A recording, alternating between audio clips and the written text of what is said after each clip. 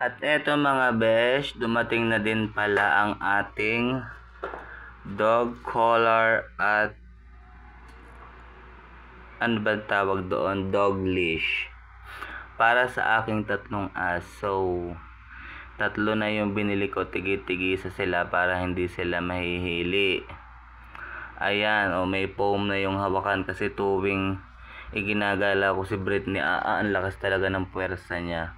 Sobrang sakit sa kamay yung mga ordinary na hawakan ng aso, yung kadena o kaya yung tali na hindi walang foam. Napipilipit talaga yung kamay ko, ipit na ipit.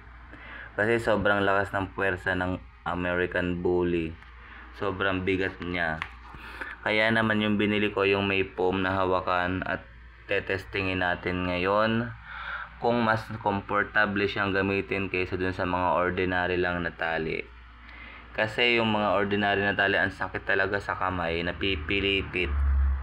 At ayan na nga, tetestingin na natin, tuwang-tuwa na siya. Basta't nakita niyang may hawak akong tali, alam na niya, nagagala siya. At ayan excited na nga siya na gumala. Dahil nakikita niya na talagyan ko na siya ng harness. At ayan na nga, si Britnong. Kakampay-kampay yung buntot niya kasi alam niya makakalabas siya dun sa kulungan niya. At yung in-order ko dati na maliit na size ay pinalitan ko ng extra large. Yung medium na binili ko dati ay hindi talaga kasya kasi ang laki ng kanyang dibdib. Hindi umabot dun sa pansuklot. Medium yun. Ngayon, extra large na talaga ang kinuha ko para sure ball na kasya. Di eto't saktong-sakto nga sa kanya. Parang isinukat sa kanya. Hindi ko pa yan na i-adjust kasi pwede pa siyang mapalakihan. Yung medium na binili ko, sobrang laki na. Sobrang todo na yung adjust ay talagang hindi pa rin kasya. Kaya naman ngayon large, extra large pala tong aking kinuha. At ayan, umaamoy-amoy na naman siya kasi alam niya makakagala siya. Gagala na naman ang hitad. Para yang si nanay, laging gusto'y gumala. Hindi naman kaya maglakad. At ayan, tuwan-tuwa siya nasa tabi ng kalsada. At nag-aamoy-amoy talaga siya. Ang hilig niya mag-amoy-amoy. Ayan Britney. Hitad na hitad ka, yari ka kay Tia Jessie. At inaamoy-amoy mo yung kayuran. Ay sobrang niya talaga, saya. Ang saya niya pag siya nakakalabas dun sa kanyang lungga. At ayan si Intong na laging galit na galit pag nilalapitan ni Britney.